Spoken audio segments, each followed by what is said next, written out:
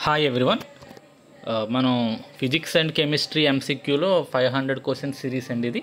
ఇందులో ఆల్రెడీ 100 క్వశ్చన్స్ని దీనికంటే ప్రీవియస్ వీడియోస్లో అప్లోడ్ చేయడం జరిగింది. ఈ ఒక్క వీడియోలోనే మనం మరొక 100 ఎంసీక్యూని చూడబోతున్నాం. డిఎస్సి డేట్స్ వచ్చేసినాయి, ఎగ్జామ్ డేట్స్. కాబట్టి ఇటు school assistant physical sciences prepare అయ్యేవాళ్ళు, అదేవిధంగా ఎస్జిటి ప్రిపేర్ అయ్యే వాళ్ళకి కూడా ఈ వీడియో చాలా ఉపయోగకరంగా ఉంటుంది. అందులో ఫస్ట్ క్వశ్చన్, వీడియో కొంచెం లెంగ్తీగా ఉండబోతుంది, ఎందుకంటే 100 క్వశ్చన్స్ ఆన్సర్స్ ఎక్స్ప్లెయిన్ చేయాలి అంటే మీకు కొంచెం లెంగ్త్ ఎక్కువగా ఉంటుంది. కాబట్టి చివరి వరకు చూడండి. నెంబర్ 1 క్వశ్చన్స్ని మేము ఇక్కడ అందించడం జరుగుతుంది. ఫస్ట్ క్వశ్చన్, స్టేట్మెంట్ 1, ఒక వస్తువు స్థిరవడితో చలిస్తూ ఉంటే ఆ చలనాన్ని సమచలనం అంటారు అని ఇచ్చాడు. జాగ్రత్తగా గుర్తుపెట్టుకోండి. స్టేట్మెంట్ 1 రైట్ ఆర్ రాంగ్గా తెలియాలి అంటే ముందు సమచలనం అంటే ఏంటో తెలియాలి. సమచలనం అనేది స్థిర వేగంతో, కాబట్టి స్టేట్మెంట్ 1 రాంగ్ అండి. స్థిర వడి కాదు, స్థిర వేగం అని ఇవ్వాలి. నెక్స్ట్, సమచలనంలో సగటు వడి వాస్తవ వడి రెండు సమానంగా ఉంటాయి. సమచలనం అన్నప్పుడు యావరేజ్ స్పీడ్ ఎంత ఉంటుందో నార్మల్ స్పీడ్ కూడా అంతే ఉంటుంది. సగటు వడి అంటే యావరేజ్ స్పీడ్, వాస్తవ వడి నార్మల్ స్పీడ్ రెండు సమానంగా ఉంటాయి. అండ్ అంటే ఇంగ్లీష్లో ఎందుకు చెప్తున్నానంటే ఇంగ్లీష్లో కూడా ఎక్స్ప్లెయిన్ చేయండి అని కొంతమంది అడుగుతున్నారండి, అందువల్ల ఇంగ్లీష్లో కూడా ఎక్స్ప్లెయిన్ చేస్తున్నాను. పైన ఇక్కడ స్థిరవడి కాన్స్టెంట్ వెలాసిటీ అని ఇవ్వాలండి. ఇక్కడ స్థిరవడి అంటే కాన్స్టెంట్ స్పీడ్, కాబట్టి అది తప్పండి. నెక్స్ట్, కాబట్టి ఇక్కడ answer statement 1 is wrong but true is right. Answer D అవుతుంది. నెక్స్ట్, ఈ రోజుల్లో చాలా గడియారాలు, వాచ్లు, ఒకటి కంటే ఎక్కువ ఘటాలు అంటే నథింగ్ బట్ బ్యాటరీస్ అండి. బ్యాటరీస్ ఉన్న ఎలక్ట్రిక్ సర్క్యూట్స్ని వాడుతున్నారు. ఆ గడియారాలని ఏమంటారు అని అడుగుతున్నాడు. సో గడియారాల్లో కనుక ఎలక్ట్రిక్ సర్క్యూట్స్తో కూడిన బ్యాటరీస్ ఉంటే వాటిని ఏమంటారంటే క్వార్ట్జ్ గడియారాలు అంటారండి. నెక్స్ట్ క్వశ్చన్, గడియారం ఉదయం 8:30 సమయాన్ని చూపించినప్పుడు కారు యొక్క ఓడోమీటర్ రీడింగ్ 57,321 కిలోమీటర్స్ ఉంది. టైం 8:50 అయ్యేసరికి ఓడోమీటర్ రీడింగ్ 57,336గా మారినట్లయితే ఆ కారు యొక్క స్పీడ్ ఎంత? వడి అంటే స్పీడ్ ఎంత అని అడుగుతున్నాడండి. సో ఓడోమీటర్ అనేది మనకి డిస్టెన్స్ని చూపిస్తుంది. సో ఫస్ట్ స్టార్టింగ్లో ఎంత ఉంది, ఫైనల్ ఎంత ఉందంటే ఎంత వెళ్ళిందంటే మనం ఈ ఫైనల్లోంచి దీన్ని తీసేయాలండి. తీసేస్తే మనకి 336, ఇక్కడేమో 321 ఉంది. 336లోంచి 321 తీసేస్తే మనకి 15 అండి. సో ఇప్పుడు ఆ వెహికల్ అనేది 15 కిలోమీటర్స్ ట్రావెల్ చేసింది. ఓకే, దానికి పట్టిన టైము ఇక్కడ 8:30 నుంచి 8:50 అంటే 20 మినిట్స్ పట్టిందండి. సో బై 20 చేస్తే కిలోమీటర్ పర్ మినిట్స్లోకి వస్తుంది. కానీ ఇక్కడ ఏముంది, హవర్స్ ఉంది. సో హవర్స్లోకి దీన్ని మార్చాలి అంటే ఏం చేయాలంటే బై 60 చేయాలి. 20ని మళ్ళీ 60తో మనం డివైడ్ చేయాలి. ఈ 60 పైకి వెళ్ళిపోతుందండి. So 15 × 60 divided by 20. ఈ 20 ఈ 60లో 3 టైమ్స్ 3 15 సార్ 45. So answer 45 kilometres per hour అనేది మన ఆన్సర్ వస్తుంది. సో ఇలా ఓడోమీటర్ రీడింగ్స్ ఇచ్చి డిఫరెంట్ క్వశ్చన్స్ అడుగుతాడు. ఇక్కడ స్పీడ్ ఎంత అని అడిగాడు, ఇంకోసారి వేరే ఏదో అడుగుతాడు. సో ఓడోమీటర్ రీడింగ్స్ ఎప్పుడు మనకి డిస్టెన్స్ని చెప్తాయండి. నెక్స్ట్ క్వశ్చన్, ఈ క్రింది వాక్యాల్లో సరికాని దానిని గుర్తించండి. సో ఇక్కడ స్టేట్మెంట్స్లో ఒకటి రాంగ్ ఉంది. ఆ రాంగ్ స్టేట్మెంట్ ఏంటో గుర్తించండి. ఒక వస్తువు ఏకాంక కాలంలో ప్రయాణించిన మొత్తం దూరాన్ని వేగం అంటారు అని ఇచ్చాడు. సో ఇక్కడ గుర్తుపెట్టుకోవాల్సిన విషయం, వేగం అనేది దూరం మీద ఆధారపడదండి, స్థానభ్రంశం మీద ఆధారపడుతుంది. సో ఇక్కడ ఏమి ఇచ్చాడంటే ఒక వస్తువు ఏకాంక కాలంలో ప్రయాణించిన మొత్తం దూరాన్ని వడి అంటామండి, వేగం కాదు. సో ఇన్ యూనిట్ టైం ఒక వస్తువు ప్రయాణించిన డిస్టెన్స్ని ఏమంటారు అంటే స్పీడ్ అంటారండి. ఇక్కడ వెలాసిటీ అని ఇచ్చాను, వెలాసిటీ రాంగ్ అండి. ఇక్కడ ఏముండాలంటే స్పీడ్ అనేది ఉండాలి, ఇక్కడ వడి అనేది ఉండాలి. కాబట్టి ఇక్కడ స్టేట్మెంట్ 1 రాంగ్ అండి. మిగతా అన్నీ ఆటోమేటిక్గా రైట్ అవుతాయి. మీరు స్టేట్మెంట్స్ చదువుకోండి, అవన్నీ రైటే. అంటే ఎందుకు ఎక్స్ప్లెయిన్ చేయట్లేదు అంటే అవన్నీ మనకి 100 క్వశ్చన్స్ని ఎక్స్ప్లెయిన్ చేయాలంటే చాలా టైం తీసుకుంటుంది. మీరు కావాలంటే ఒకసారి వీడియో పాజ్ చేసుకుని అవన్నీ చూసుకోండి. క్రింది వాటిలో ఏది కాలానికి ప్రమాణం కాదు? కాలానికి ప్రమాణం కానిది ఏంటి అని ఇచ్చామంటే పక్షం అంటే మీకు ఆల్రెడీ తెలుసు 15 రోజులు. ఆయనం అంటే ఉత్తరాయణం, దక్షిణాయనం. పుష్కరం అంటే 12 సంవత్సరాలండి. సో పర్లాంగు అనేది మనకు దూరాన్ని కొలుస్తుంది. సో మనం తెలుగులో స్వచ్ఛంగా మనకు ఎక్కువగా వాడే పదాలండి ఇవి. కాబట్టి ఆన్సర్ ఏంటంటే ప్రమాణం కాంతి కాలానికి పర్లాంగ్ అండి. నెక్స్ట్, సాధారణంగా ఆరోగ్యవంతమైన పెద్దల నాడి ఒక సెకండ్కి ఎన్నిసార్లు కొట్టుకుంటుంది? సో నిమిషానికి అయితే తెలుసండి మనకి 72 సార్లు కొట్టుకుంటుంది. ఇక్కడ సెకండ్కి ఎంత అడిగింది కాబట్టి దీన్ని 60తో భాగించాలి. సో 6 ఇందులో 10 సార్లు, 6 ఇందులో 12 సార్లు, సో 1.2 వస్తుందండి. సో ఆన్సర్ 1.2 టైమ్స్ కొట్టుకుంటుందండి. నెక్స్ట్, ఈ క్రింది వన్లో సరికాని వాక్యాన్ని గుర్తించండి. ఒక సెకండ్లో మిలియన్ వంతుని మైక్రో సెకండ్ అంటారు, ఇది రైట్. ఒక సెకండ్లో బిలియన్ వంతుని నానో సెకండ్ అంటారు, ఇది right. Micro second nano second కంటే తక్కువ, ఇది తప్పండి. మైక్రో సెకండ్ అనేది నానో సెకండ్ కంటే ఎక్కువ. సో ఇక్కడ తక్కువ అని ఇవ్వడం జరిగింది, ఇది తప్పండి. అన్ని ప్రమాణాలు గుర్తులను ఏకవచనంలో రాయాలి, ఇది రైట్ అండి. సో ఆన్సర్ కింది వాటిలో సరికాని వాక్యం సి అండి.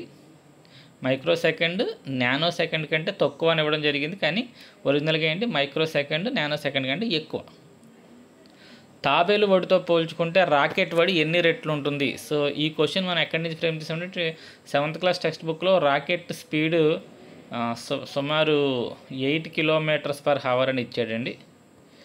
అదే తాబేలు స్పీడ్ 8 సెంటీమీటర్స్ పర్ హవర్ కాదు, ఇది పర్ సెకండ్ అండి. ఇదేమో 8 cm/s అని ఇచ్చాడు. సో ఈ రెండింటిని కంపేర్ చేస్తే 8 kilometers అనేది 8 centimeters కంటే ఎన్ని టైమ్స్ ఎక్కువ అనేది క్యాలిక్యులేట్ చేసుకుంటే మనకి 1,00,000 రెట్లు అండి. ఎలా వచ్చిందంటే కిలోమీటర్స్ని ఇప్పుడు మనం సెంటీమీటర్స్లోకి మార్చాలండి. కిలోమీటర్కి 1000 మీటర్లు, సో 1000 ఇంటూ మీటరు, మళ్ళీ మీటర్కి 100 సెంటీమీటర్లు అంటే ఇంకొక 100, రెండింటిని గుణిస్తే 100,000 1,00,000 అండి. కాబట్టి అది 1,00,000 రెట్లు అయ్యింది. నెక్స్ట్, సల్మా తన ఇంటి నుండి సైకిల్పై తన పాఠశాలకి చేరుకోవడానికి 15 నిమిషాలు పడుతుంది. సైకిల్ 2 మీటర్లు/సెకండ్ వాడితో అని పడిందండి, వడితో ఉంటే ఆమె ఇంటికి పాఠశాలకి మధ్య దూరాన్ని కనుగొనండి. సల్మా తన ఇంటి నుండి సైకిల్పై పాఠశాలకు చేరుకోవడానికి 15 నిమిషాలు పట్టిందండి. ఇక్కడ నిమిషాల్లో ఇచ్చాడు, ఇక్కడేమో సెకండ్స్లో ఇచ్చాడు. కాబట్టి నిమిషాలను ఖచ్చితంగా మనం సెకండ్స్లోకి మార్చుకోవాలి. సో దూరం అడిగాడండి. దూరానికి సూత్రం దూరము is equal to speed into time అండి. Distance is equal to speed into time. So speed ఎంత అంటే 2 అండి, 2 meters/second.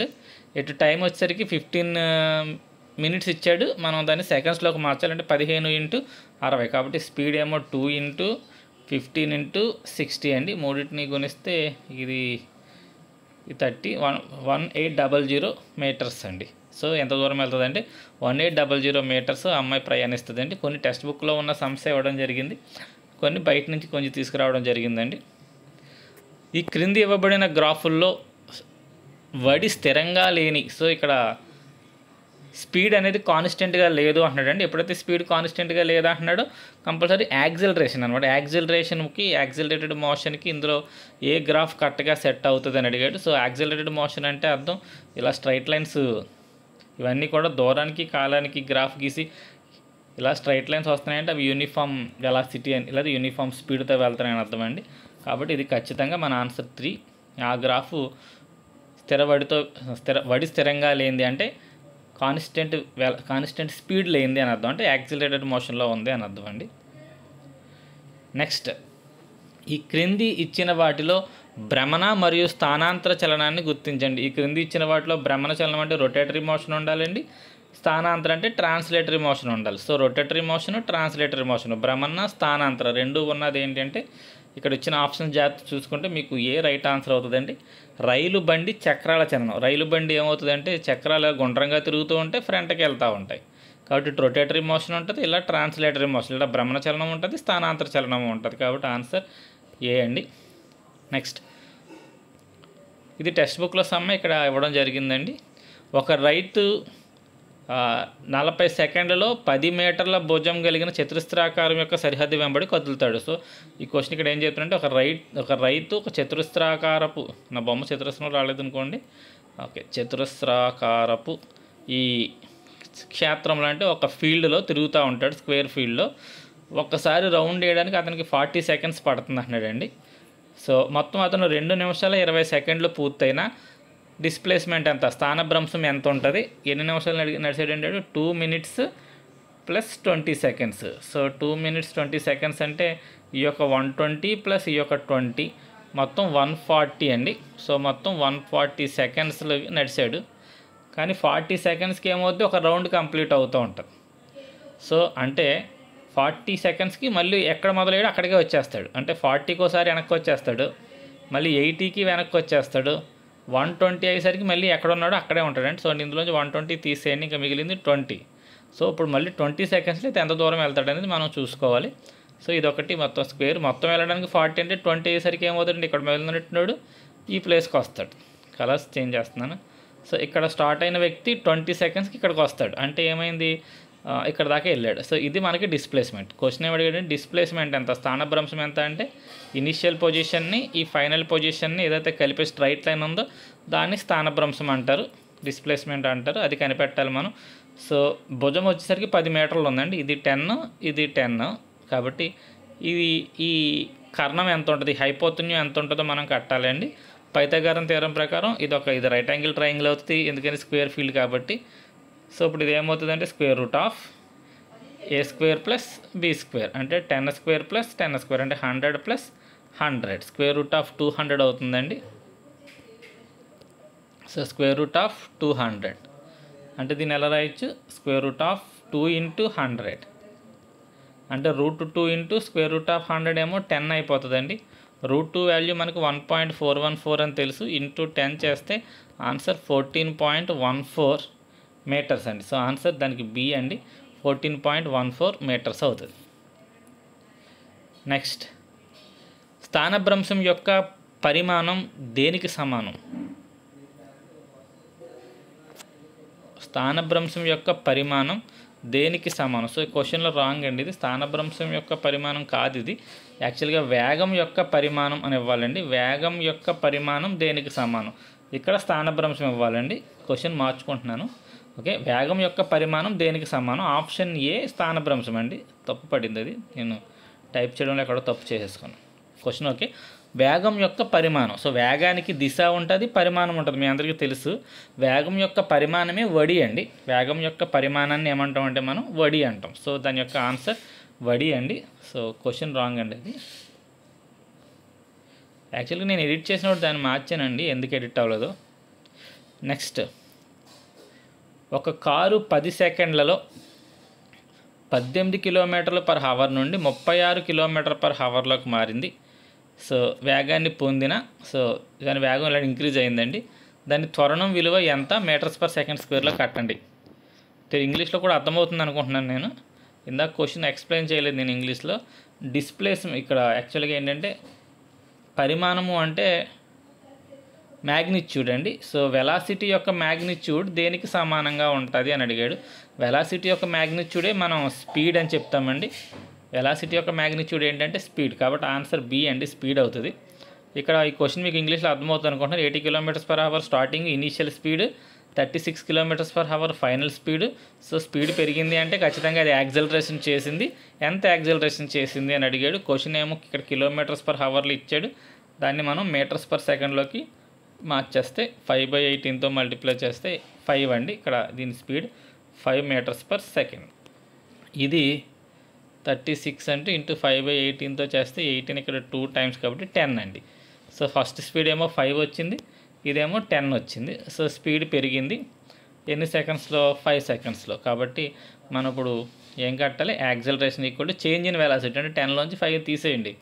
5/టైం, టైం ఎంత అంటే 10, 5/10 అంటే 0.5. సో ఆన్సర్ 114కి బి అండి, 0.5. నెక్స్ట్, ఒక కదులుతున్న వస్తువు యొక్క స్థానభ్రంశము దూరముల నిష్పత్తి. సో డిస్ప్లేస్మెంట్కి డిస్టెన్స్కి రేషియో కడితే ఏమవుతుంది, ఇక్కడ మనం గుర్తుపెట్టుకుని రెండిట్లో ఏది ఎక్కువగా ఉంటుంది. ఎప్పుడూ కూడా అయితే రెండు సమానంగా ఉంటాయండి, డిస్ప్లేస్మెంట్ డిస్టెన్స్.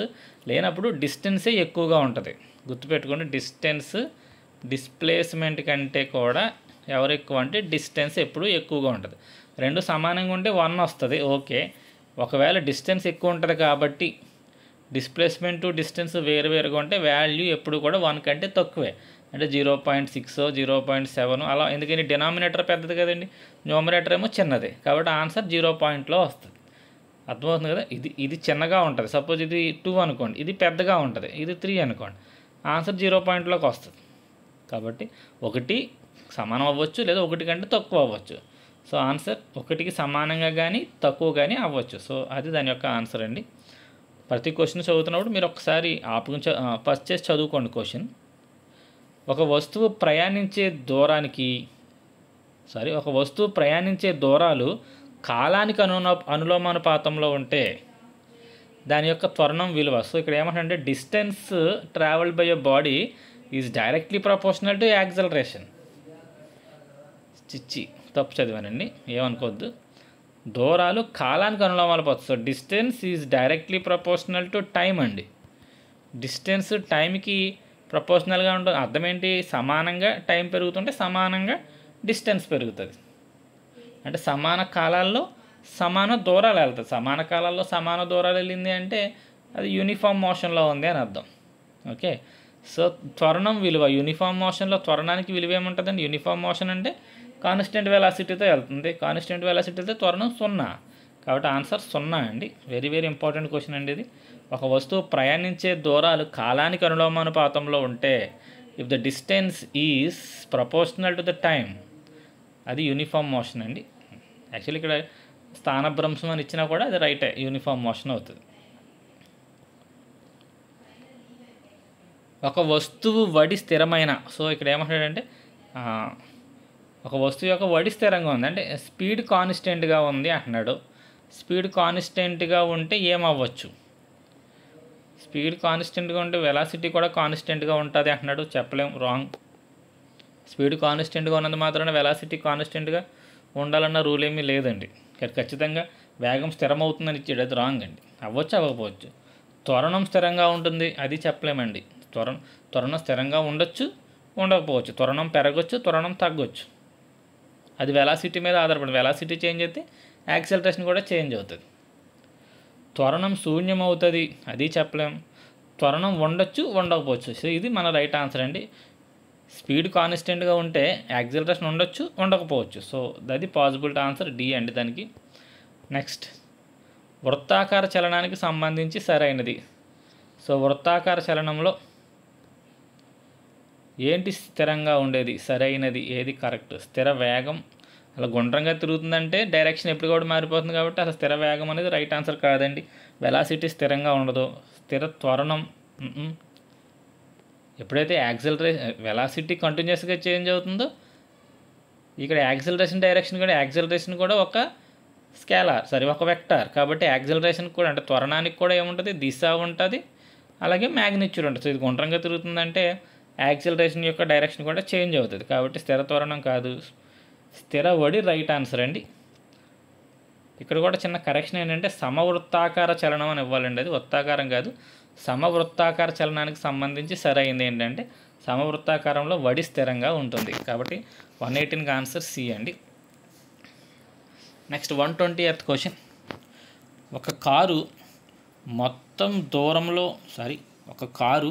మొత్తం దూరంలో సగం దూరాన్ని 20 m/s స్పీడ్తోను, so half distance 20 m/s స్పీడ్తో వెళ్ళిందండి. మిగతా హాఫ్ డిస్టెన్స్ ఏమో 30 m/s స్పీడ్తో వెళ్ళింది. So very very important question. అయితే ప్రయాణించిన కారు సరాసరి వడి ఎంత? సో మనం కాంపిటేటివ్ ఎగ్జామ్స్లో ఈ క్వశ్చన్ చేయాలి అంటే మామూలుగా లెక్క చేయాలంటే చాలా టైం పట్టేస్తుందండి. వీటికి షార్ట్ కట్ ఉంది దీనికి. క్వశ్చన్ చూడండి, ఈ డిస్టెన్సెస్ సేమ్గా ఉన్నాయి, డిఫరెంట్ స్పీడ్తో వెళ్తుంది. సో డిస్టెన్సెస్ సేమ్గా ఉండి డిఫరెంట్ స్పీడ్లతో వెళ్తూ ఉంటే మనం యావరేజ్ స్పీడ్ కట్టడానికి formula v average is equal to నండి 2v1 v2 by v1 plus v2 అనే సూత్రాన్ని వాడండి. 2v1 v2 by v1 plus v2. ఇది ఎప్పుడు వాడాలి అంటే డిస్టెన్సెస్ సేమ్ ఉండాలి, స్పీడ్స్ డిఫరెంట్గా ఉండాలి. So same distances travelling with different speeds, అప్పుడు మనం ఈ సూత్రం వాడతాం. So 2v1 v2 by v1 plus v2 అంటే 2 × 20 × 30 బై 20 ప్లస్ 30 అంటే 50 అండి. సో ఈ 0 తీసేద్దాం. 6 2 0 అంటే ఇది 120 వచ్చిందండి. 120 డివైడెడ్ బై 5 అంటే 24 అండ్ ఆన్సర్ దానికి. 120 divided by so 24 metres per second అనేది యావరేజ్ స్పీడ్ అయింది. ఇదే క్వశ్చన్ దీన్ని డిఫరెంట్గా అడగవచ్చండి. క్వశ్చన్ ఎలా ఇస్తాడంటే టైంలు ఇస్తాడండి. ఇంత టైం పాటు ఇంత వెలాసిటీతో వెళ్ళింది. సో డిఫరెంట్ టైమ్స్ అంటే T1 T2లు ఇస్తాడు, V1 V2లు ఇస్తాడు. మనకి టైమ్స్ ఇస్తాడు. ఇంత టైం పాటు ఈ వెలాసిటీ తోటి, ఇంత టైం పాటు అప్పుడు మనం వాడే సూత్రం మారిపోద్దండి. అప్పుడు మనం వెలాసిటీలు టైంలు ఇచ్చినప్పుడు మన సూత్రం ఏంటి, V1 T1 plus V2 T2 by T1 plus T2. ఈ సూత్రం వాడాలండి. ఇది షార్ట్ కట్. ఇది ఎప్పుడు వాడాలి, డిఫరెంట్ వెలాసిటీస్ డిఫరెంట్ టైమ్స్ ఇస్తే. నెక్స్ట్ ఇంకో సూత్రం ఉందండి. ఇక్కడ ఏం చేసాడు, ఇందులో డిస్టెన్స్లు సేమ్ ఇచ్చి స్పీడ్లు వేరువేరుగా ఇచ్చాడు. ఇప్పుడు అలా కాకుండా డిఫరెంట్ డిస్టెన్సెస్ డిఫరెంట్ వెలాసిటీస్ అలా ఇస్తే అప్పుడు మన సూత్రం D1 plus D2 by D1 by V1 plus D2 by V2 అనే సూత్రాన్ని మనం వాడాల్సి ఉంటుందండి. ఆ మూడు కూడా లెక్కలు అడగడానికి అవకాశం ఉంది. నేను యాక్చువల్గా అన్ని టైప్స్ లెక్కలు ఇక్కడ ఫ్రేమ్ చేద్దాం అనుకున్నాను, కానీ నేను యాక్చువల్గా మర్చిపోయాను. ఒక లెక్క ఫ్రేమ్ చేసినట్టున్నానండి. ఎదురేమైనా తగిలితే అప్పుడు ఇవి వాడదాం, లేదా నెక్స్ట్ వీడియోలో వీటిని ఏమన్నా కవర్ చేయడానికి ఈ ఫార్ములాస్ కూడా వాడేలా లెక్కలు ఇవ్వడానికి ట్రై చేస్తానండి. నెక్స్ట్ క్వశ్చన్, క్రింది ఇవ్వబడిన వేగం కాలం గ్రాఫ్ అండి. ఇది వెలాసిటీ అండ్ ఇక్కడేమో టైంకి ఇచ్చిన గ్రాఫ్లో ఈ గ్రాఫ్ ఆధారంగా చివరి 2 సెకండ్లో పొందిన స్థానభ్రంశం. సో లాస్ట్ 2 సెకండ్స్లో పొందిన డిస్ప్లేస్మెంట్కి మొత్తం డిస్ప్లేస్మెంట్కి మధ్య రేషియో ఎంత అని అడిగాడు. సో మనం ఇప్పుడు 2 సార్లు డిస్ప్లేస్మెంట్ కట్టాలి. ఒకటి ఈ 2 సెకండ్స్కి కట్టాలి డిస్ప్లేస్మెంట్, తర్వాత మొత్తానికి డిస్ప్లేస్మెంట్ కట్టాలి. ఇక్కడ గ్రాఫ్ ఏమో వెలాసిటీకి టైంకి గ్రాఫు. ఓకే, మనం కట్టాల్సింది displacement. So displacement is equal to, so మనకి యాక్చువల్గా ఏం తెలుసు అంటే velocity is equal to displacement by time అని తెలుసు. So displacement is equal to velocity into time, అంటే ఈ రెండింటిని మల్టిప్లై చేస్తున్నాం అంటే ఇది ఖచ్చితంగా మనం ఏరియా కట్టాలండి. వెలాసిటీ టైం గ్రాఫ్లో ఏరియా కడితే అది డిస్ప్లేస్మెంట్కి సమానం అవుతుంది. సో స్థానభ్రంశం కావాలి అంటే మనం ఇక్కడ ఉన్న ఏరియాస్ కట్టాలి. ఈ గ్రాఫ్ ఏదైతే ఉందో దీని ఏరియా కట్టాలి. ఒకసారి మొత్తం ఏరియా కట్టాలి, ఒకసారి లాస్ట్ 2 సెకండ్ల ఏరియా కట్టాలి. కాబట్టి ముందు లాస్ట్ 2 సెకండ్ల ఏరియా కట్టేద్దాం. ఇది ఒక triangle, formula half into base into height, అది area. So half into base ఎంత అంటే 5కి 7కి తేడా అండి, 2 ఇంటూ హైట్ అంటే ఇది హైట్ ఎంత అండి 8 కనపడుతుంది కదండి. ఈ లైన్ 8ని టచ్ అవుతుంది కాబట్టి హైట్ 8, ఇక్కడ 8. సో ఈ 2 క్యాన్సిల్ అయితే సో ఈ ట్రయాంగిల్ యొక్క ఏరియా 8 అండి. సో మనం అంటే లాస్ట్ 2 సెకండ్లకి 8 అని తెలిసింది, గుర్తుపెట్టుకోండి. అది 8 అయినప్పుడు ఇది కూడా 8 అవుతుంది, ఎందుకంటే ఇది కూడా 2 సెకండ్లకే. సో అది 8 ఇది 8. ఇక మధ్యలో ఉన్నది మనకి రెక్టాంగిల్ ఉంది. Rectangle area length into breadth. So length ఎంత 8, బ్రెడ్త్ ఎంత 2. సో ఇది 16 అండి. సో ఇప్పుడు మొత్తం కట్టేద్దాం. మొత్తం ఓవరాల్గా 7 సెకండ్స్కి ఇదొక 8, ఇదొక 8, ఇదొక 16. సో 8 + 16, సో 16 32 అండి. దీని మొత్తం ఏరియా ఎంత అంటే 32. దీనికి ఈ 32కి ఇది 8 కదండి, దానికి రేషియో అడిగాడు. సో 1:4 అండి ఆన్సర్. సో దీని ఆన్సర్ సి అండి, 1:4. Very important question. ఈ టైప్ ఆఫ్ క్వశ్చన్స్ ఎగ్జామ్స్లో అడిగితే జాగ్రత్తగా గ్రాఫ్ మనం స్లోప్లు కట్టాలా ఏరియా కట్టాలా అనేది మనం గ్రాఫ్ల గురించి జాగ్రత్తగా నేర్చుకోవాలి. Next question, 20 meter per second స్పీడ్తో వెలాసిటీతో ప్రయాణిస్తున్న వస్తువు. సో వెలాసిటీ ఇచ్చాడు 20 మీటర్స్ పర్ సెకండ్. క్వశ్చన్ మొత్తం చదివాక చూద్దామండి. యొక్క స్థిర త్వరణం కాన్స్టెంట్ యాక్సలరేషన్ ఇచ్చాడు అండి 4 మీటర్స్ పర్ సెకండ్. అయితే 2 సెకండ్స్ తర్వాత ఆ వస్తువు యొక్క వేగం ఎంత అంటే ఫైనల్ వెలాసిటీ అడుగుతున్నాడు అండి. అది ఇచ్చింది స్టార్టింగ్ తొలి వేగం ఇచ్చాడు. సో యూ ఇచ్చాడు 20. సరే మళ్ళీ ఇక్కడ రాస్తున్నాను. యూ వాల్యూ 20 ఇచ్చాడండి. యాక్సలరేషన్ వాల్యూ 4 ఇచ్చాడు. టైం ఏమో 2 సెకండ్స్ ఇచ్చాడు. And so final velocity. So ఇవి మనం వాడాల్సింది. ఇవి ఆల్రెడీ మీకు తెలుసు. మనకి 3 ఈక్వేషన్స్ ఆఫ్ మోషన్ ఉంది. యాక్చువల్ 4th కూడా ఉంది, డిస్టెన్స్ ట్రావెల్ అని nth సెకండ్ అని. ప్రస్తుతానికైతే మనం వీటిని ఉపయోగించి మనం ఏ ఫార్ములా వాడితే వీటిని ఉపయోగించి మనం చేయగలమంటే v = u + at. v = u + at అనే సూత్రం వాడదామండి. v = u + at.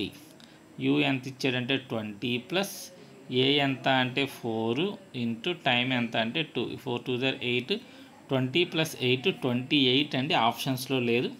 సో దీని ఆన్సర్ 28 మీటర్స్ పర్ సెకండ్. నాకు తెలిసి ఇది మార్చుకోవాలని 25 అని టైప్ పడింది, అది 28 మీటర్స్ పర్ సెకండ్ అనేది దాని యొక్క రైట్ ఆన్సర్ అండి.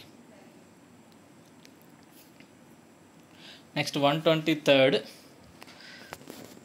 స్థానభ్రంశం శూన్యమైన దూరం విలువ. సో డిస్ప్లేస్మెంట్ ఏమో 0 అయిపోయిందంటే అండి, డిస్టెన్స్ ఏమవుతుంది? సో మనకి ఏం తెలుసు, డిస్ప్లేస్మెంట్ 0 అవ్వచ్చు ఏమో, కానీ డిస్టెన్స్ 0 అవ్వచ్చు అవ్వకపోవచ్చు. వస్తువు కదలకపోతే రెండు సున్నాలే, డిస్టెన్స్ సున్నాయే, డిస్ప్లేస్మెంట్ కూడా సున్నాయే. వస్తువు కదిలాక కూడా డిస్ప్లేస్మెంట్ 0 అవ్వచ్చు కానీ డిస్టెన్స్ 0 అవ్వదు. కాబట్టి ఇక్కడ ఆన్సర్ 0 అవ్వచ్చు కాకపోవచ్చు అనేది దీని యొక్క రైట్ ఆన్సర్ అవుతుందండి. 123కి ఆన్సర్ బి. నెక్స్ట్ 124, గ్రాఫ్ గురించి ఇచ్చాడండి. స్థానభ్రంశము మరియు కాలము. సో ఎప్పుడు కూడా కాలాన్ని మనం ఎక్స్ యాక్సిస్లో తీసుకోవాలి, గుర్తుపెట్టుకోండి. ఇక్కడ డిస్ప్లేస్మెంట్ తీసుకుంటున్నాను. ఈ రెండింటి యొక్క గ్రాఫ్ యొక్క వాలు అడుగుతున్నాడు. వాలు అంటే అర్థం ఏంటి? Y coordinate by x coordinate. వాలుకి స్లోప్ ఎంత అంటే, స్లోప్ అంటే ఏంటంటే y2 - y1/x2, అంటే y మీద ఉన్నదాన్ని x మీద ఉన్నదాంతో భాగిస్తాం. సో అంటే డీని టీతో భాగిస్తున్నాం. సో స్థానభ్రంశాన్ని మనం కాలంతో భాగిస్తే వచ్చేది ఏంటి? వెలాసిటీ వస్తుందండి. ఇక్కడ మనకి వేగం వస్తుందండి. సో ఆన్సర్ వేగం. సో స్థానభ్రంశం కాలం యొక్క గ్రాఫ్ యొక్క వాలు వేగానికి సమానం అవుతుందండి. నెక్స్ట్ కూడా గ్రాఫ్కి సంబంధించింది. ఇప్పుడు గ్రాఫ్ వచ్చేసరికి వెలాసిటీకి టైంకి గ్రాఫ్ అండి. వెలాసిటీ టైం గ్రాఫ్ ఒకసారి చూసుకోండి. వెలాసిటీ టైం గ్రాఫ్ యొక్క వైశాల్యం స్థానభ్రంశాన్ని సూచిస్తుంది అంటున్నాడు. సో వైశాల్యం కట్టాలంటే ఏం లేదండి, రెండింటిని గుణిస్తే వచ్చేది వైశాల్యం. v × t చేస్తే ఏం వస్తుంది అనేది మనకు తెలియాలి. వీని టీని మల్టిప్లై చేస్తే మనకి ఏం వస్తుంది? సో ముందుగా తెలియాలంటే అసలు వీకి ఫార్ములా ఏంటి? v = velocity displacement by time, అంతే కదండి. వేగము = స్థానభ్రంశము బై కాలం. ఈ కాలం ఇటు వస్తే ఏమవుతుంది చెప్పండి? గుణించుకుంటాయి. అంటే v × t వెలాసిటీ × టైం దేనికి సమానం? డిస్ప్లేస్మెంట్కి సమానం. వేగము × కాలము స్థానభ్రంశానికి కదా సమానం.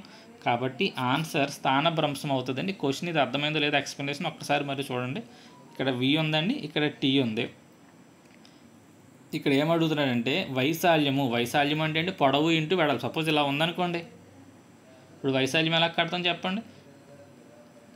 దీన్ని గుణిస్తాం కదా, ఇది పొడవు ఇది వెడల్పు, లేదా ఇది పొడవు అయితే ఇది వెడల్పు, ఈ రెండింటిని గుణిస్తేనే కదండి వైశాల్యం వస్తుంది. సో వైశాల్యం కట్టమన్నప్పుడు మనం ఏం చేస్తామంటే y కోఆర్డినేట్ మీద ఉన్న vని x కోఆర్డినేట్ మీద ఉన్న tని గుణిస్తాం. ఈ రెండింటిని గుణిస్తే దేనికి సమానమో అదే మన ఆన్సర్. సో vని tని గుణిస్తే వచ్చేది స్థానభ్రంశం. కాబట్టి స్థానభ్రంశాన్ని చూపిస్తుంది, అది రైట్ అండి. కంపల్సరీ మిగతా అన్ని రాంగే. ఒకసారి మరి గ్రాఫ్కి సంబంధించింది కాబట్టి ఎక్స్ప్లెయిన్ చేస్తాను. గ్రాఫ్ యొక్క వాలు స్థానభ్రంశాన్ని చూపిస్తుంది. సో ఆ గ్రాఫ్ యొక్క వాలు స్థానభ్రంశం చూపిస్తే తప్పండి. ఇది v, ఇది t. ఓకే, వాలు కట్టాల్సినప్పుడు ఈ రెండింటిని భాగిస్తామండి. ఏరియా అయితే గుణించాం కదా, వాల్ అయితే భాగిస్తాం. vని tని భాగిస్తే వేగాన్ని కాలాన్ని భాగిస్తే వచ్చేది త్వరణం అవుతుందండి. త్వరణము = వేగము బై కాలము. Rate of change of velocity is called as acceleration అండి. కాబట్టి సో రెండో తప్పు.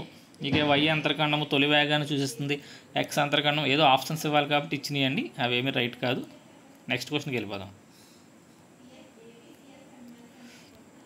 స్థిర వేగంతో. సో ఫస్ట్ క్వశ్చన్ జాగ్రత్తగా అర్థం చేసుకోవాలండి. క్వశ్చన్ కాన్సెప్ట్ ఏంటి? స్థిర వేగంతో ప్రయాణించే వస్తువు యొక్క స్థానభ్రంశము కాలము గ్రాఫ్ ఏ విధంగా ఉంటుంది? సో వేగం స్థిరంగా ఉంటుంది అంటే యూనిఫామ్ మోషన్.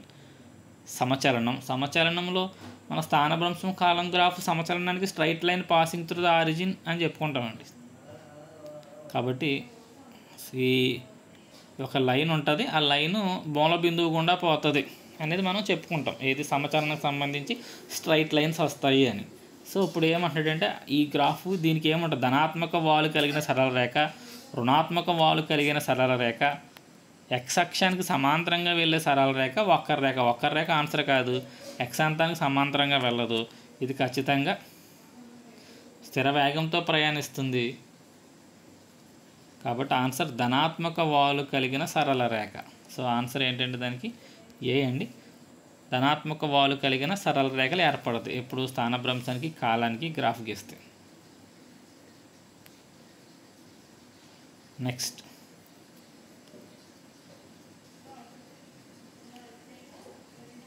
ఇంకో డౌట్ రావచ్చు, రుణాత్మక వాలు ఎప్పుడు వస్తుంది అంటేనండి కాలం పెరుగుతున్నప్పుడు స్థానభ్రంశం తగ్గిపోతూ ఉంటాయి. అప్పుడు మనకి ఏమొస్తుందంటే రుణాత్మక వాలు వస్తుంది. సో ధనాత్మక వాలు అంటే కాలంతో పాటు స్థానభ్రంశం కూడా పెరుగుతూ ఉంటాయి. అప్పుడు అంటే ఇది గుండ్ర ఇక్కడ గుర్తుపెట్టుకోండి, మనకి సార్ వెనక్కి రావచ్చు కదా, ఇలా వెళ్ళి ఇలా వెనక్కి రావచ్చు కదా అని అనొచ్చు. ఇక్కడ ఏమన్నాడంటే స్థిర వేగం అన్నాడు. చిన్న లాజిక్ అండి, అంటే క్వశ్చన్ ఇలా కూడా ఆలోచించవచ్చు. చిన్న లాజిక్, స్థిర వేగము అంటే అర్థం వేగం మారట్లేదు అంటే దాని దిశ కూడా మారట్లేదు అని అర్థం అండి. ఓకే, అంటే మీరు డౌట్స్ మీకు అరైజ్ అవుతాయని మళ్ళీ ఆపి చెప్తున్నాను. ఓకే, క్వశ్చన్ అర్థమైంది కదండి. ఇలా స్థానభ్రంశం అంటే పెరగవచ్చు తగ్గొచ్చు కదా, ఇలా ఇక్కడ దాకా వెళ్ళి మళ్ళీ అదే స్పీడ్తో ఇలా వెనక్కి రావచ్చు కదా, అప్పుడు స్థానభ్రంశం తగ్గుతున్నప్పుడు రుణాత్మక వాలు రావచ్చు కదా అనే డౌట్ వస్తుందండి. ఇక్కడ వేగం స్థిరము అని ఇచ్చాడంటేనే డైరెక్షన్ మారట్లేదు, అటు అలా స్ట్రైట్గా వెళ్తున్నాడు అని అర్థం అండి. కాబట్టి ధనాత్మక వాలు కలిగిన సరళ రేఖ మాత్రమే వస్తుంది. ఓకే, నెక్స్ట్ త్వరణము కాలము. సో గ్రాఫ్ ఏకి టీకి గీస్తున్నామండి. వైశాల్యం అడిగాడు. మీకు ఏం చెప్పాను, వైశాల్యం అయితే రెండింటిని గుణించండి. ఏని టీని గుణిస్తే ఏమవుతుంది? సో ఏకి సూత్రం తెలియాలి, ఏకి సూత్రం v/t. ఈ రెండు గుణిస్తే ఏమవుతుంది? వేగం వస్తుంది. కాబట్టి ఆన్సర్ వేగం అండి. చాలా ఈజీ అండి. గ్రాఫ్స్ యొక్క ఫార్ములాస్ మీకు ఐడియా ఉంటే మీకు గ్రాఫ్స్ ఈజీగా వచ్చేస్తాయి. ఈ క్రింది ఏ గ్రాఫు నిశ్చల స్థితిలో ఉన్న వస్తువుకి సంబంధించి కాన్సెప్ట్ నిశ్చల స్థితి. నిశ్చల స్థితి అంటే వేగం 0, వడి 0,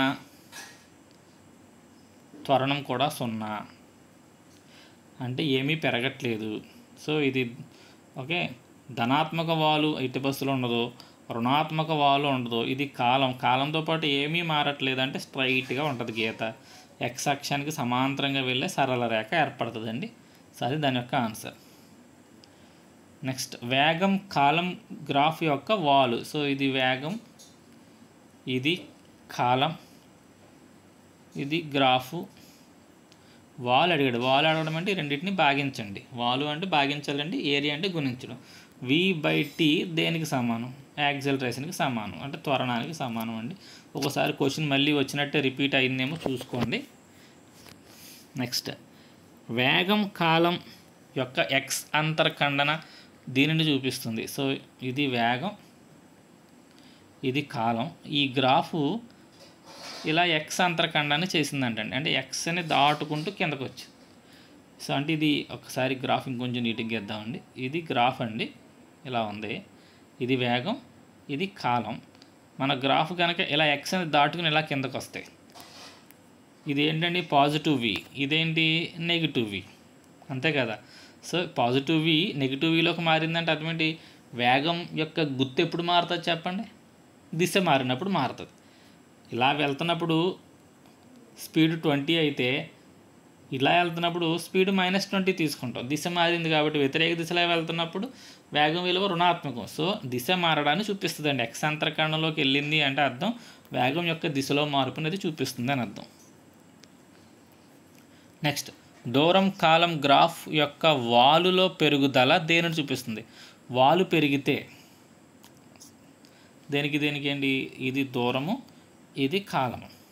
ఓకే, సో d/t చేస్తే ఏమొస్తుంది మనకి? వాలు అడగడానికి భాగించమనిగా చెప్పానండి నేను. d/t వాల్యూ పెరుగుతుంది అంటున్నాడు. వాలు పెరగడం అంటే ఏంటి అర్థం? dని టీని భాగిస్తే వచ్చే విలువ పెరుగుతుంది.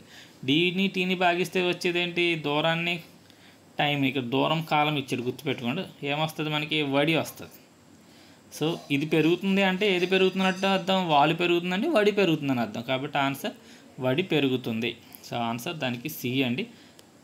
మరి నా చెప్పేదాన్ని కొంచెం స్పీడ్ అయితే కామెంట్ చేయండి, స్పీడ్ అవుతుందని.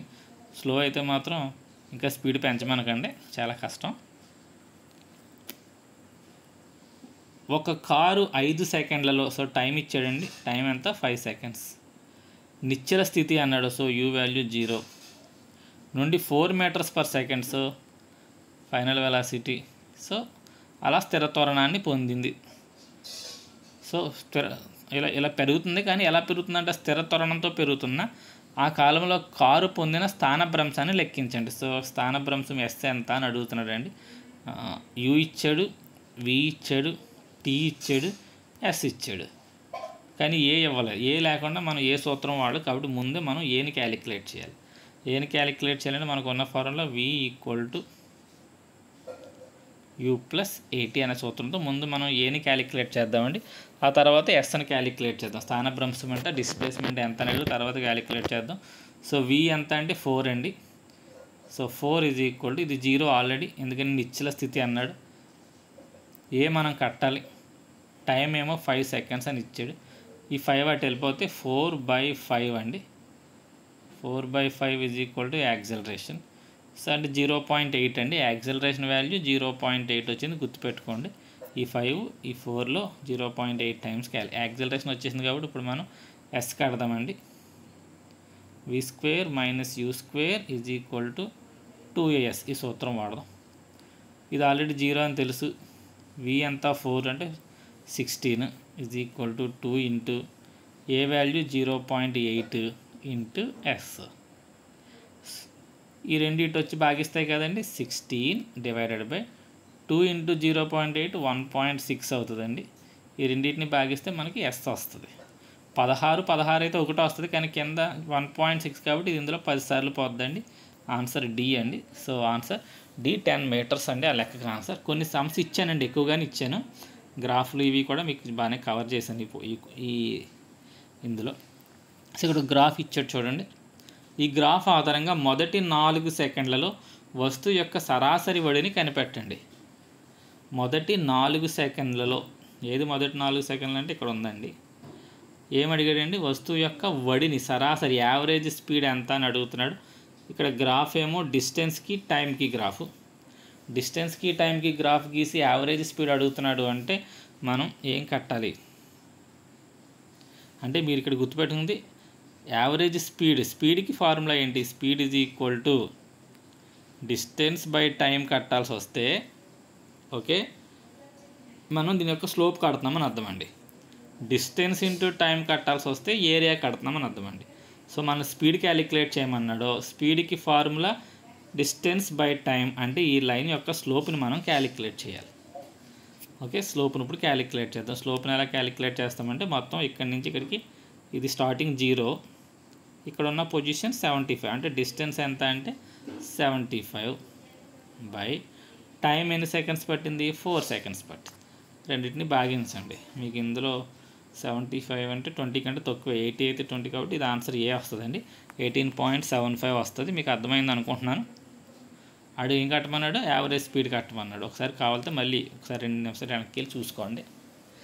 నెక్స్ట్ క్వశ్చన్, వేగం కాలం గ్రాఫ్ యొక్క ఎత్తు కాలంతో పాటు మారట్లేదు. సో ఇలా ఉందండి. ఇది వేగము, ఇది కాలము. మామూలుగా అయితే గ్రాఫ్ ఇలా వెళ్తుంటే ఎత్తు పెరుగుతున్నట్టు అర్థం. ఎత్తు పెరగట్లేదు అంటే గ్రాఫ్ ఎలా వెళ్తున్నట్టండి, ఇలా వెళ్తుందని అర్థం.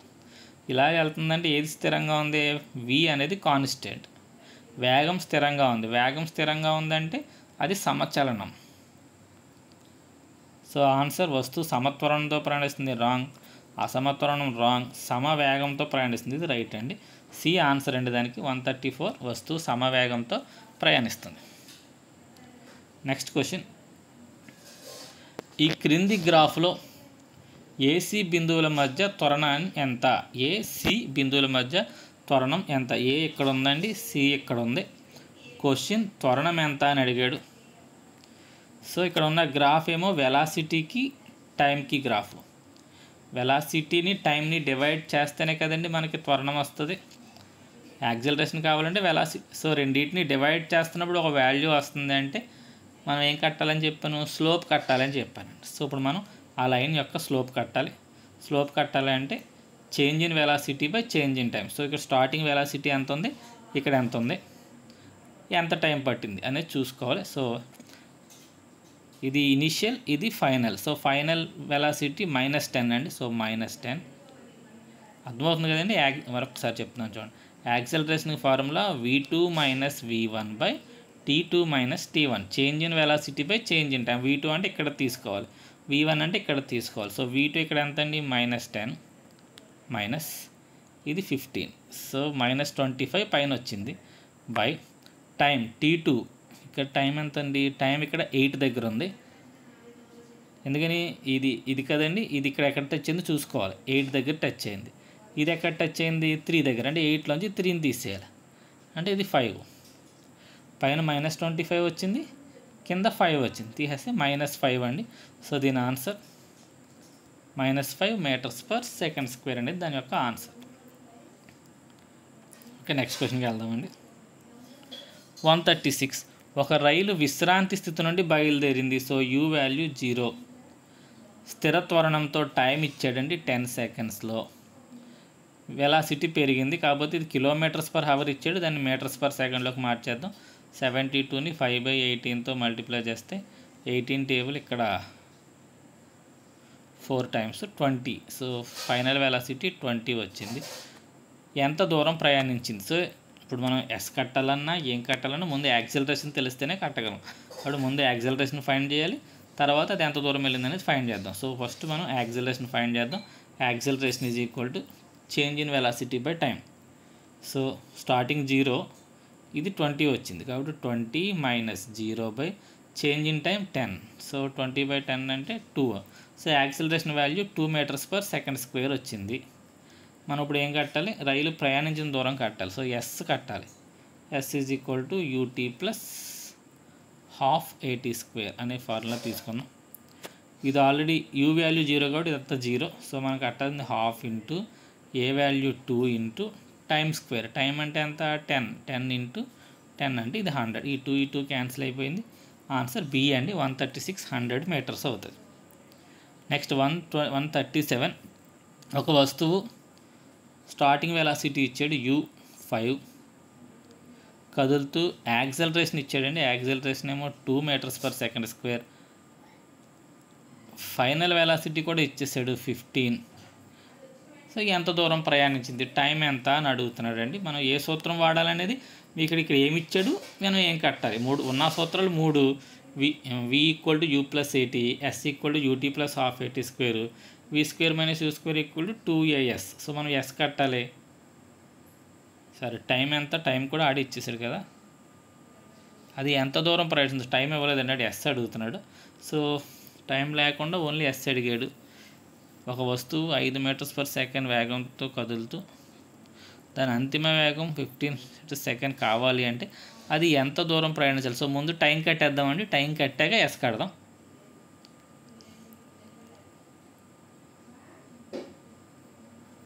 టైం లేకుండా డైరెక్ట్ ఈ ఫార్ములా వాడేచ్చు కదండి, v² minus u² equal to 2as వాడితే టైంతో అవసరమే లేదు. సారీ నేను కన్ఫ్యూజ్ అయ్యి చెప్పాను. సో టైం అవసరం లేదండి, డైరెక్ట్ ఈ ఫార్ములా వాడి కట్టేయచ్చు. సో v² ఎంత అంటే 15 అండి, 15² అంటే 225 మైనస్ u² అంటే 5² అండి, అంటే 25 ఈజ్ ఈక్వల్ టు 2 ఇంటూ ఏ ఎంత అండి, 2 ఇంటూ ఎస్. మీకు ఇది కొంచెం క్లమ్జీగా ఉంది రాస్తుంది, కొంచెం నెమ్మదిగా మీరు చూసుకోండి.